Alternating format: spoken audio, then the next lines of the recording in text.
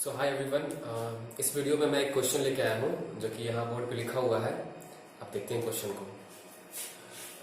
Question है, draw the graph of the linear equation that is 3x plus 4y equal to 6।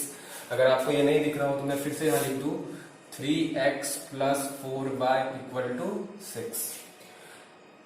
At what point the graph cut x and y axis. मतलब ये जो एक equation है, इस equation का graph आपको draw करना है और उसके बाद बताना है जो ग्राफ x एक्सिस को और y एक्सिस को कहां पे कट कर रहा है। ठीक है, तो चलिए स्टार्ट करते हैं बनाना। सबसे पहले आपको जैसा कि पता होगा, जो कभी भी अगर ग्राफ ड्रॉ करना होता है तो कोई भी इक्वेशन का कम से कम 3 सॉल्यूशन हम लोगों को निकालना होता है। तो 3 सॉल्यूशन कैसे? अपने मन से कोई x का वैल्यू या y का वैल्यू पुट करके हम लोग निकालने वाले हैं। तो जो आपको मन करे, जैसे कि मुझे लग रहा है x बराबर 0 पुट करके वैल्यू निकाल सकते हैं। कुछ तो पुट कर रहे हैं 3x, x तो 0 है तो आपका हो जाएगा 3 into 0 plus 4y equal to 6। ये खत्म हो गया। 4y equal to 6, y equal to 6 by 4, 3 by 2, 1.5। ठीक है। दूसरा, x बराबर 1 पुट करते हैं और 2 पुट कर देते हैं 2। अब जैसे कि मैं बताया कुछ भी पुट कर सकते हो, तो मैं 2 पुट कर रहा हूं।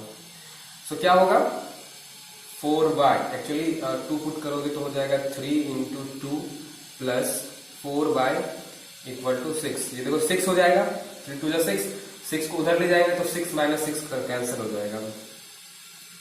इसीलिए मैंने 2 पुट किया था, मुझे पता था 6 हो जाएगा ये और वो 6 6 कैंसिल हो जाएगा। सो 4y बराबर 0, इसका मतलब y बराबर 0। दूसरा हो गया। उसके बाद एक पॉइंट और निकालते हैं। x बराबर अगर हम 3 रखें तो कुछ काम होगा क्या? 3 9 में से 6 गया, 3 बचेगा।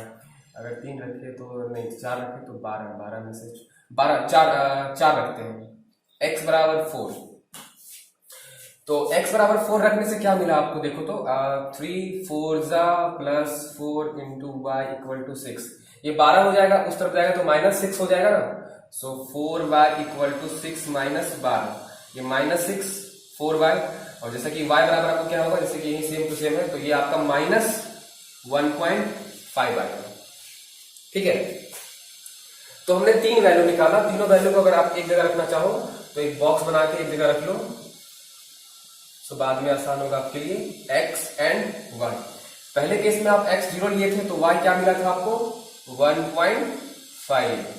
फिर आप x2 लिए थे तो y क्या मिला था? 0 मिला था। फिर x बराबर 4 लेने से क्या मिला? माइनस 1.5। ठीक है, तो आप चलते ग्राफ ड्रॉ करते हैं। इस बार आपको ध्यान रखना होगा, जो आपका एक पॉइंट नेगेटिव में भी गया है उसका भी ध्यान रखना होगा। चलिए रखते हैं। तो ये आपका 1 हो गया, x कहाँ 4 तक गया है ना, तो 4 2 यहां पे ले लेते हैं, 3 ये हो गया 4। एक बात का ध्यान रहे, आप ये काम जो है ये काम आप ग्राफ पे करोगे। एक्चुअली आपको भी एग्जाम देना है ना 9th क्लास का, मुझे एग्जाम नहीं देना है तो मैं तो बोर्ड बना के काम चला लूंगा, लेकिन आपको एग्जाम में बैठना है। नेक्स्ट ईयर में भी हो सकता है आपका एग्जाम, तो इस बार तो कोरोना की वजह से नहीं हो रहा है। तो हाँ, जैसा कि मैं बात कर रहा था, क्या x का ये सारा वैल्यू और y का ये वैल्यू। x का मैंने यहाँ 4 देखा, सबसे बड़ा था, तो यहाँ 4 तक हमने लिया x का। y का तो y जो 0 यहाँ होगा, ये आपका 1, ये 2, 1.5 हाईएस्ट है, ज्यादा नहीं जाना है। नीचे भी 1, -1 और -2। ध्यान रहे, अगर 1 ये है और 2 ये है तो इसके बीच में क्या होगा? 1.5, और इसके बीच में क्या होगा? 1.5। तो चलिए अब ड्रॉ करते हैं ग्राफ। सबसे पहले क्या है, 0 0 यहां पर होता है, तो x 0 और y क्या है? 1.5। ये रहा आपका पहला पॉइंट। ठीक है। दूसरा, x बराबर 2 तो y बराबर 0, यही होगा ना। और तीसरा क्या है, x बराबर 4 तो y बराबर 1.5। ये देखो आपका एक्चुअली क्या है ना, इसके स्प्रेड आपको ऐसा आना होगा, ये। ठीक है, तो ये आपका तीसरा पॉइंट बन गया। अब आपको क्या करना है, तीनों पॉइंट को मिलाना है इस तरीके से। देखो मेरे पास स्केल नहीं है, फिर भी मैं कोशिश किया था सीधा खींचने का, लेकिन थोड़ा टेढ़ा हो गया है। आपका ये लाइन सीधा होना चाहिए, ठीक है। तो ये आपका ग्राफ हो गया क्या, आप लिख दो यहाँ पे 3x + 4y = 6, ये ग्राफ हो गया। अब जैसा कि ये तो आपने ग्राफ ड्रॉ कर दिया, उसके बाद पूछा है जो वो x और y को कहां पे कट कर रहा है, तो यह देखो कहां कट कर रहा है, तो यहां पे क्या है आपका x आपका 0 है और y आपका 1.5 है, या 3/2 कह दो। यहां पे x क्या है 2 और y क्या है 0, तो x एक्सिस को 2 पे कट कर रहा है और y एक्सिस को 1.5 पे कट कर रहा है।